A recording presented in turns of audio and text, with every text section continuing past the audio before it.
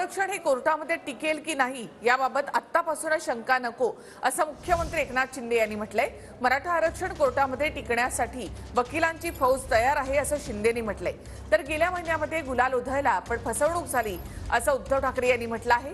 शंका उपस्थित करणार नाही पण सरकारवर विश्वास ठेवणं कठीण आहे असं उद्धव ठाकरे यांनी म्हटलं आहे।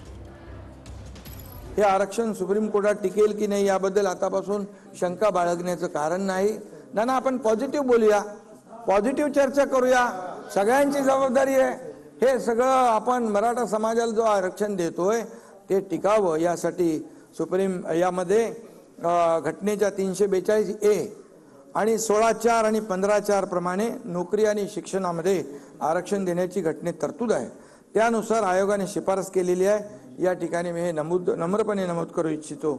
मराठा आरक्षणाच्या बाजूने युक्तिवाद करण्यासाठी राज्य सरकारच्या वतीने सिनियर काउन्सिलची देखील आपण फौज उभी केलेली आहे। मराठा समाजाला पण मी हेच सांगतोय की आतापर्यंत एकदा दोनदा गेल्या महिन्यात सुद्धा गुलाल उधळला गेला होता, पण नंतर लक्षात आलं की फसवणूक झाली।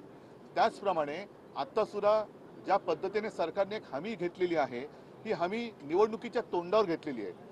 निवडणूक तर ह्याच्यामध्ये काढून घेण्याचा काही त्यांच्यात डाव नसेल ना असा प्रश्न मी आज तरी उपस्थित करू इच्छित नाही, कारण मला राजकारण आणायचं नाही।